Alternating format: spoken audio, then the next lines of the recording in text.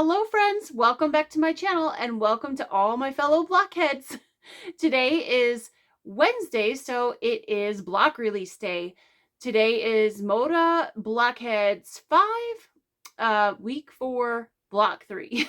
I keep getting that number a little bit mixed up because we had that bonus block at the beginning, so I kind of want to say block 4, but week 4, block 3. All right, now that we got that straight, this week's block is Stellar Elegance, and it is a paper piece block. It is from the creator of Zen Chic, and I don't want to say her name because I don't want to mess it up. So I think it's Brigitte Heitland, but don't quote me.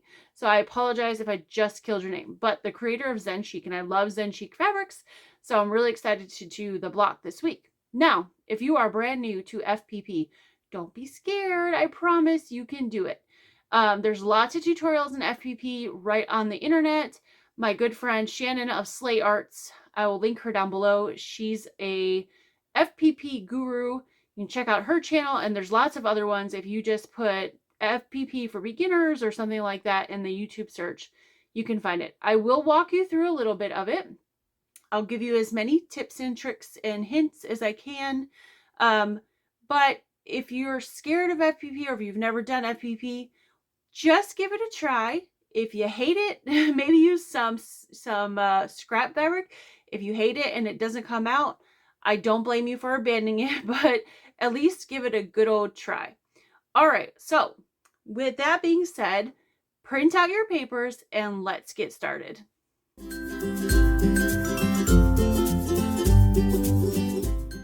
So the first thing I want to do is go through the instructions. So I printed off the instructions from the designer, and you have your 6-inch and your 12-inch, and those are finished. Again, as a reminder, this should be, if you do the 12-inch size, which is what I'm doing, it should actually be 12.5 before we put it in the quilt. And if you're doing this 6, it should be 6.5. Now follow these fabric cutting instructions, definitely. Okay. And then on the next page, there's some really good helpful hints. So make sure you read all of this before you start, especially if you're new to paper piecing. For instance, they're talking about the fabric pieces that you're going to need in here. And they're talking about how each piece should be at least a 1/2 inch on all the sides of the piece that you have there. They're saying a 1/2 inch after you've sewn it in. Okay. So that's just, especially for beginners, I would oversize your pieces. You're going to have some waste. Don't be scared of it. But you'll need that to get this, especially if you're brand new. You'll want to have oversized pieces, because if you put too small of a piece or a piece that just fits and then you turn it over and then you've already sewn it and then you see it's too small, you're going to be sad because you're going to have to pick it out. And that's the other thing with FPP, is that you want to lower your stitch length. Typically, most quilters quilt piece together with a 2 to 2.2 stitch length. You're going to want to go down to 1.8. I actually go all the way down to 1.5. The smaller your stitches, the less likely that your pieces are going to come apart, and it's easier to pull the paper off later. So that's just my little tip there. Now, the first thing I did is I went ahead and printed out the pattern. You don't need any special paper. I just use computer printer paper. They do have newsprint paper, freezer paper, all kinds of things like that that you can use.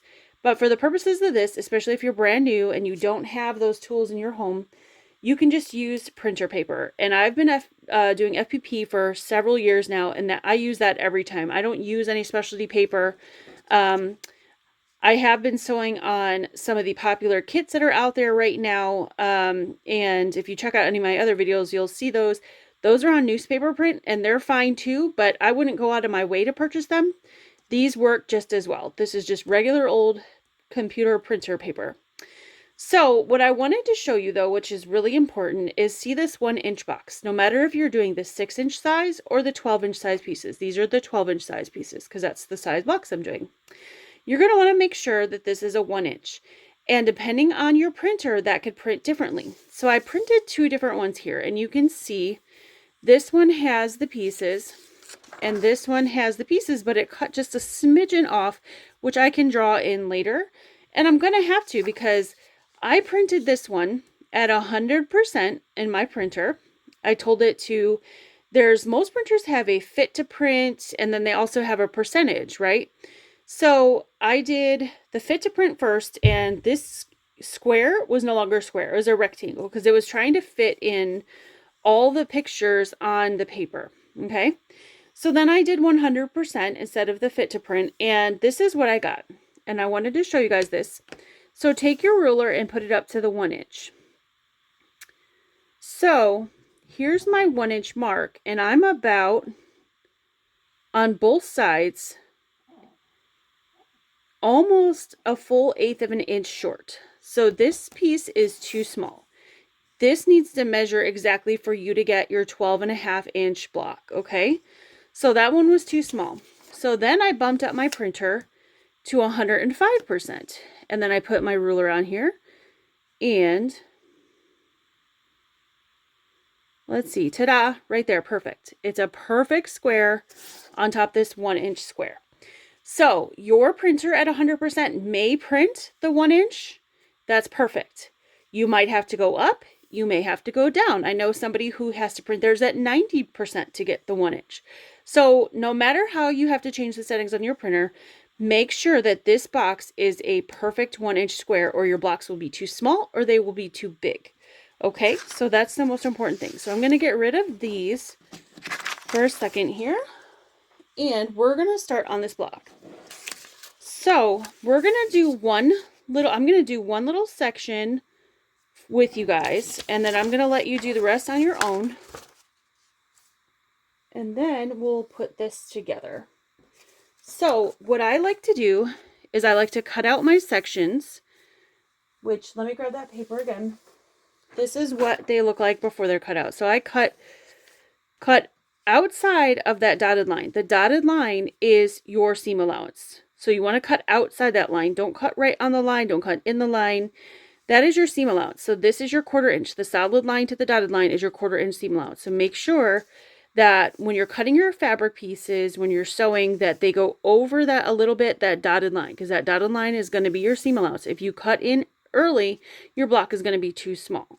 So make sure you go to that dotted line or a little bit over with your pieces. Okay, so I cut this piece out. As you can see, here's my dotted line, and there's my piece, and that's the line I had to draw in, which I'm using as my dotted line. Okay. So the next thing I did is, there are cutting instructions in the directions, but like I said, I've been doing FPP for quite a while. Don't you do this if you're brand new. Make sure you follow the cutting instructions. But I went ahead and I pre-cut some of my pieces. So here's my background. So I just wanted to show you how much, if you can see that, this overlaps that triangle. So here's the triangle, and I've got at least a 1/2 inch all the way around. And the same thing with the red right here. So I labeled mine. This is how I do mine too, is I look ahead of time at the diagram and see where I want my fabrics. So I write in background. I wrote in green. I wrote in green. I wrote in red. So make sure you look at your star and see where you want your fabrics placed, and write all those in ahead of time. So this is my red piece. So I know that the red is going to work there. Here's one of my green pieces. I cut this. The green's going to work there.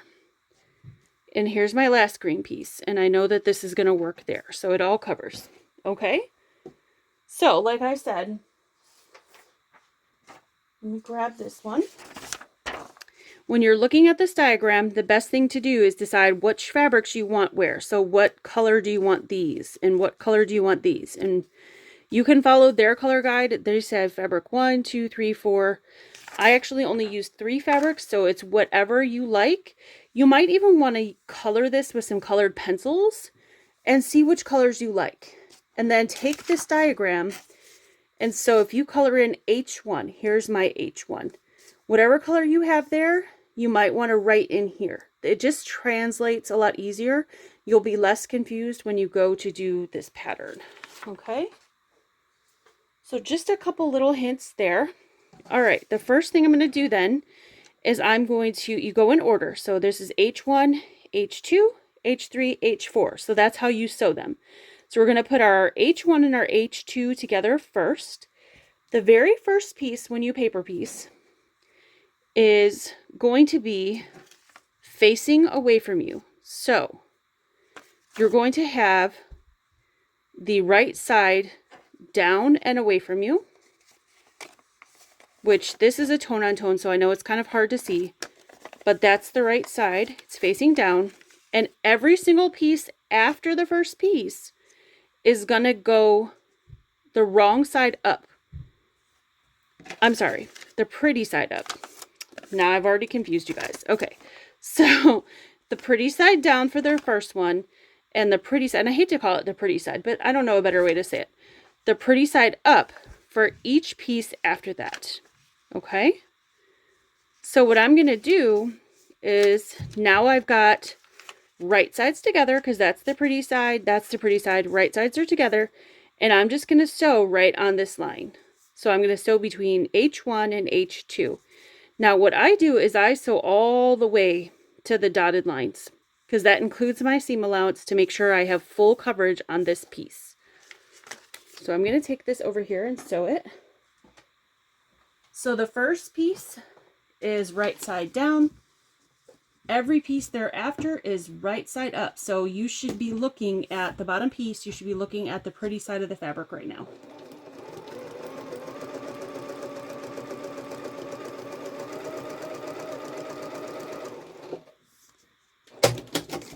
Okay, so now I've got something that looks like this.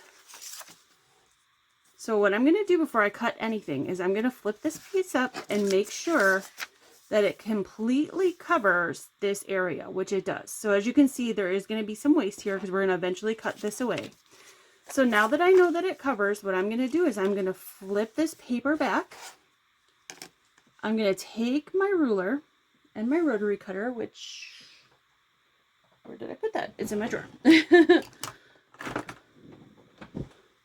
And I'm going to trim a 1/4 inch away from that seam allowance that we just made.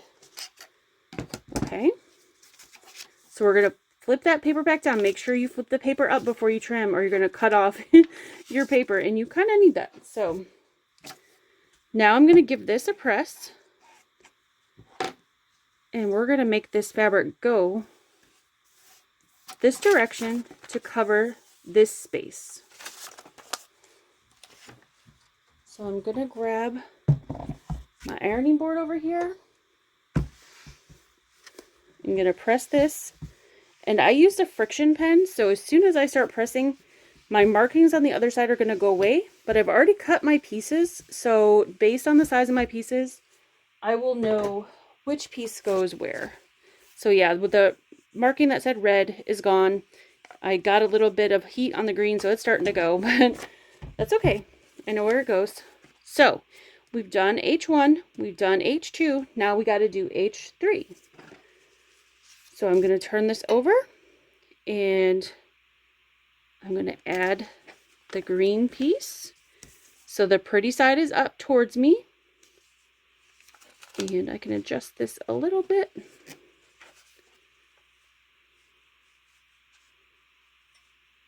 Okay. I'm just looking at where the line is that I'm going to have to sew on, and I'm looking where my fabric is and making sure that there's enough fabric there. So I'm going to take this over and sew it.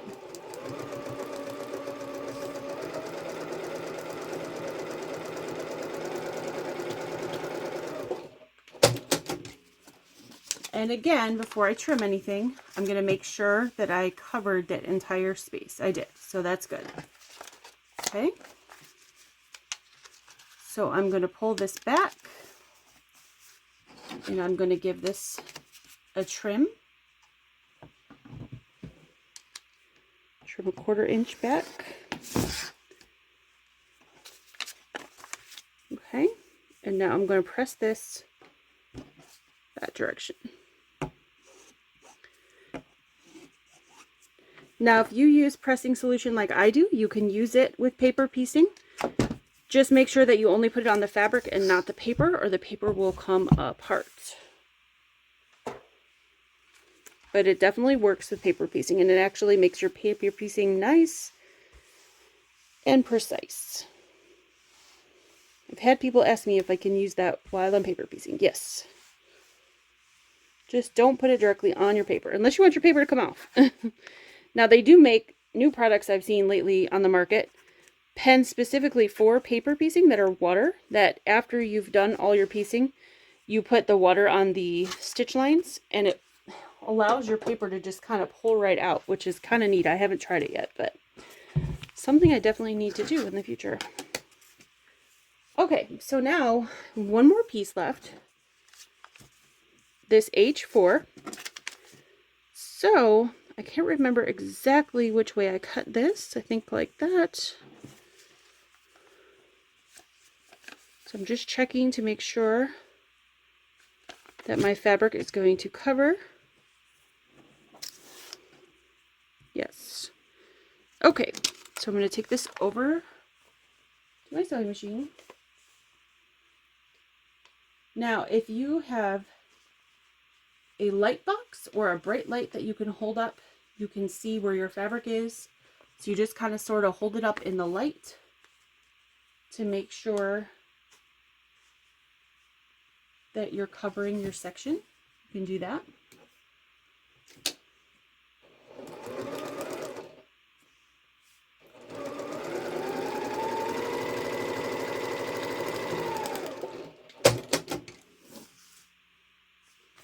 Okay. So now I'm just going to make sure that this covers everything, and it does. So I'm going to trim. I'm going to pull this back. I'm tearing the paper a little bit, but that's okay.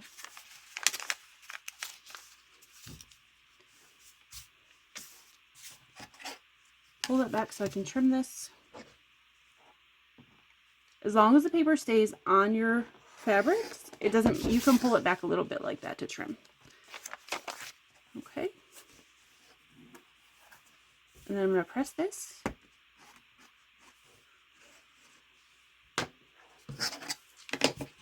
And then we're going to trim up this section and cut all this excess fabric off.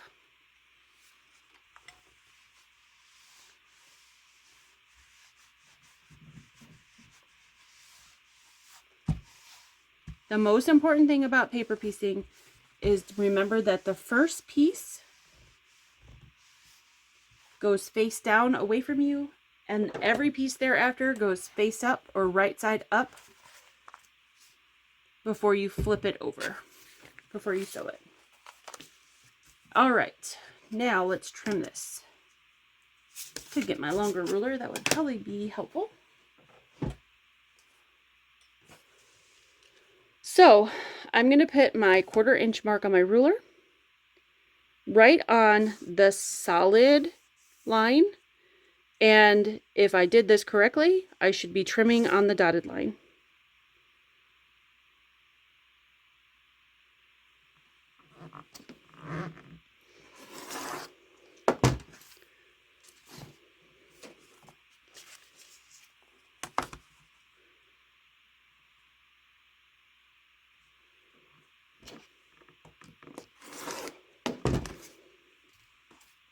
Okay, I'll come back and do that corner in just a minute.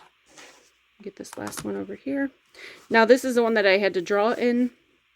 It has disappeared because I drew it in with the friction pen, but that's okay as long as I do a 1/4 inch from the solid line. Should be good. Okay. I'm going to go back and trim these corners off.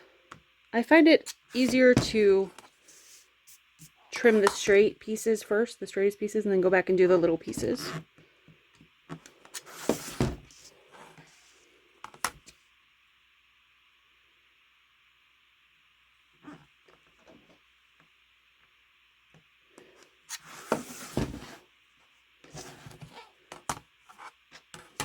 Okay, so there is that piece all done.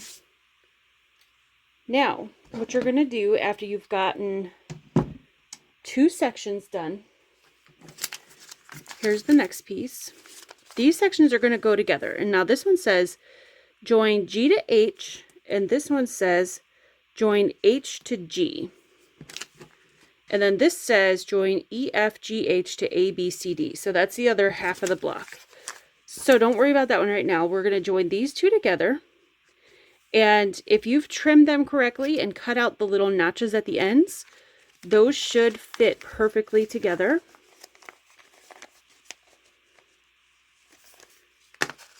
So that's usually what I do to make it work. Scooch that down a bit. Okay, so I've got those ends right there. Hopefully you guys can see that. I've got those ends together. And we're going to just stitch right on that dark line. That's your 1/4 inch seam allowance all the way down this side.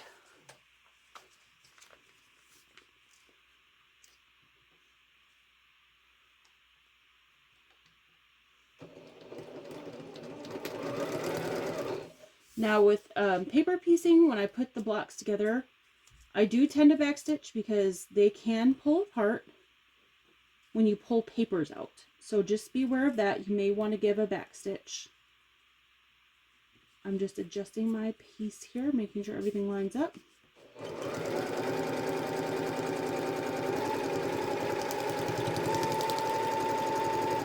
And no scant 1/4 inch on this. So right on that line.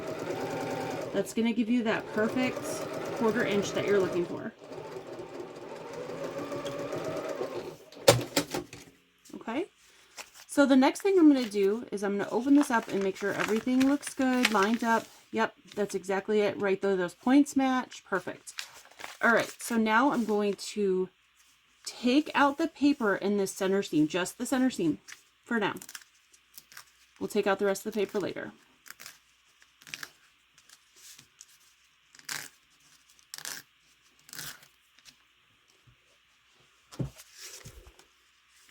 On both sides.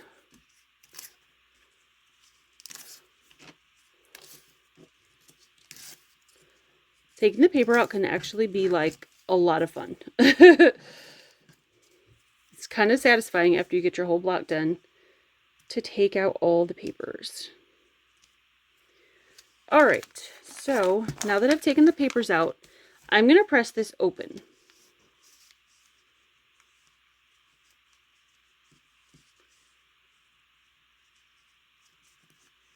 If I can get it to go open here.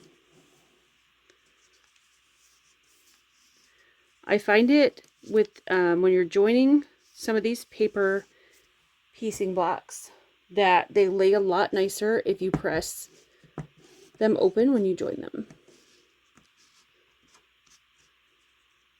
Okay. Grab my iron. We're going to press this.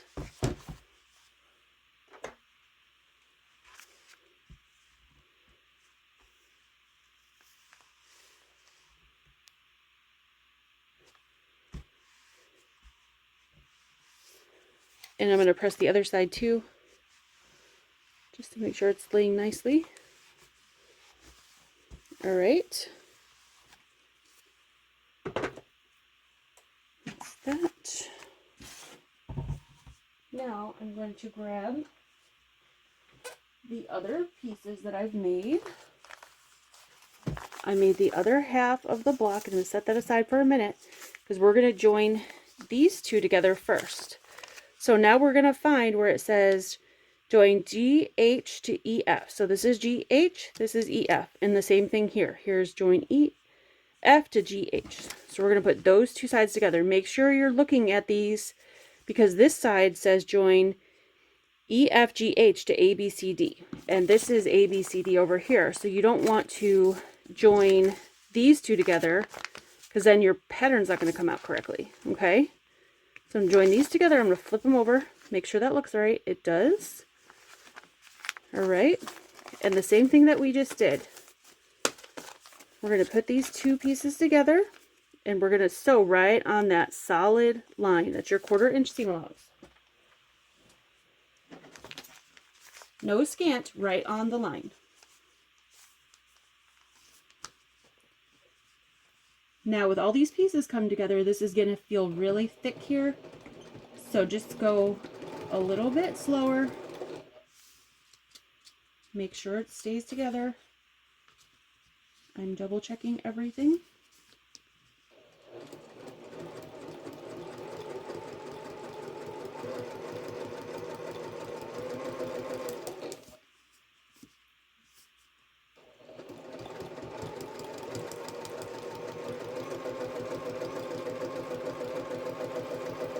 Again, I'm back stitching at the top and bottom, right there and right there, just because, like I said, paper piecing sometimes comes apart a little bit.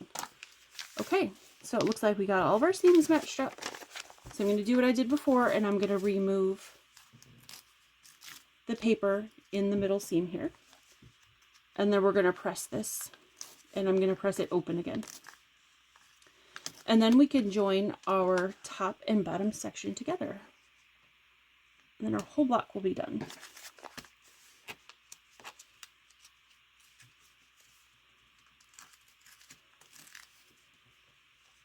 This is a pretty simple paper piecing pattern, even for a beginner. So don't give up. If you haven't done this before, don't be scared. Just try it. Try it with some scrap fabric. If you don't get it the first time, that's okay. A lot of people, it takes a little bit of time to understand paper piecing. But definitely give yourself a chance to try it. And you don't have to finish your block today. I know once the blocks come out, people make them really quick and start posting them. Don't feel like you have to get it done and have to get it posted today. You have a whole week until the next block comes out. So keep trying. I want you guys to try and give it a go, because paper piecing can be a lot of fun. And the one thing I do like, I'm very much a traditional piecer. But the one thing I like paper piecing for is to do pieces like this that would be kind of difficult to do as a traditional piecer. So I do find it fun. It takes longer than traditional piecing, so that's why I tend to go towards traditional piecing, because I like to get a lot done. And it takes a little bit longer, but I do enjoy it, and I like how everything comes out so precise. For somebody like me with OCD, it really makes my brain happy. So, and this is a block that would be very difficult to do with all these. You could, with templates, do all these little pieces, but oh boy, you'd have to cut out all those little pieces with templates. And it's much easier to paper piece it. So if you've never paper pieced, definitely give it a shot. Okay, so now all we have left is to sew the two sections together. And because of my fabric choices, this block is sort of coming out, which I didn't expect, I didn't even think about, sort of coming out to look like a friendship star, which is kind of neat. A little tilted friendship star, curved sort of looking one, and that's due to the paper piecing. I couldn't get this curve in traditional piecing, so I'm really liking this. Can't wait to see this all done. Now, I know that I've said multiple times in the past, I am not a pinner, but because my seams in the center there are both open, because these were thick seams, I am going to stick a pin through these two centers to make sure that they stay together, because I want them to match up. But there's nothing to nest, because typically we have one going one direction and one going the other, and I can nest it right in the center. I don't have that here because they're both pressed open. So I'm going to pin these right in the center, and then I'm going to go ahead and sew them. I just want them to match up, and I don't want them to move. So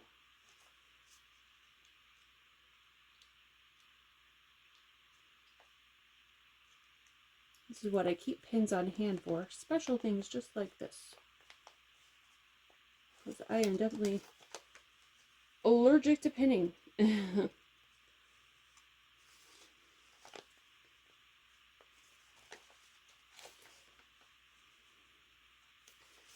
Now, I don't recommend this for you, but I am probably going to sew over my pin.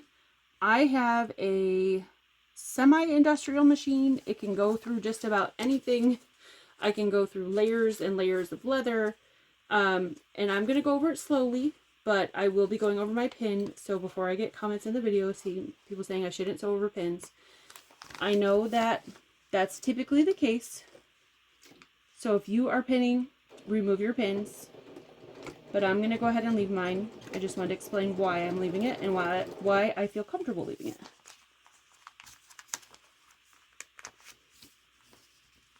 Usually I've never broken, and I should say, knock on wood, never. I've never broken a needle going over a pin. I've broken pins. My machine uses special needles that are not, these aren't regular machine needles. It uses special needles that are high density needles. They're for machines that go super fast.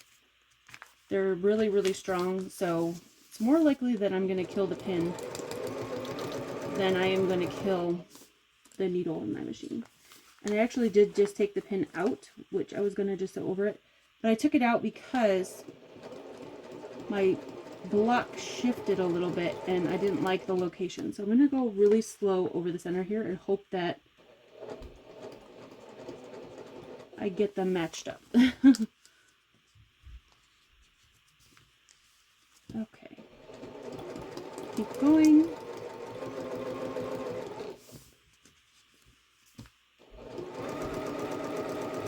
I'm staying right on that solid line because that's my 1/4 inch seam allowance. No scant. Stay right on that solid line.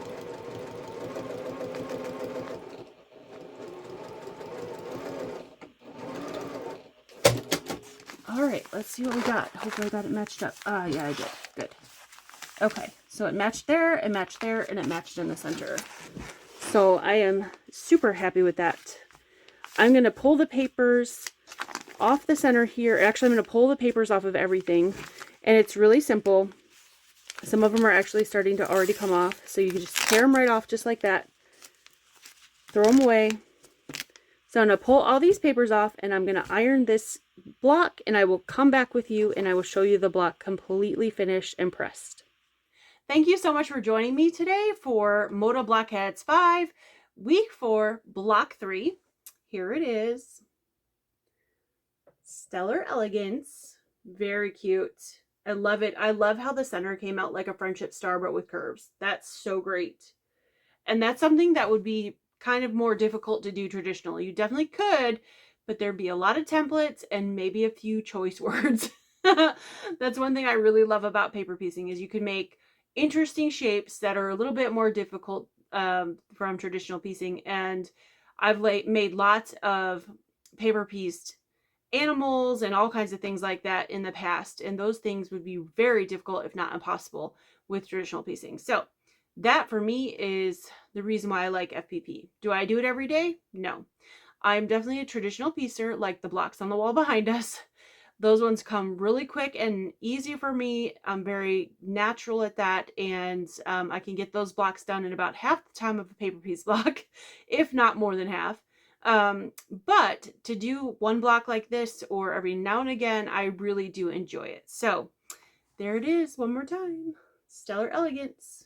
I hope you enjoyed this, and I hope you at least will give it a try if you're not an FPPer. It can be a lot of fun, especially when you find all kinds of fun shapes and, like I said, animals and things to do.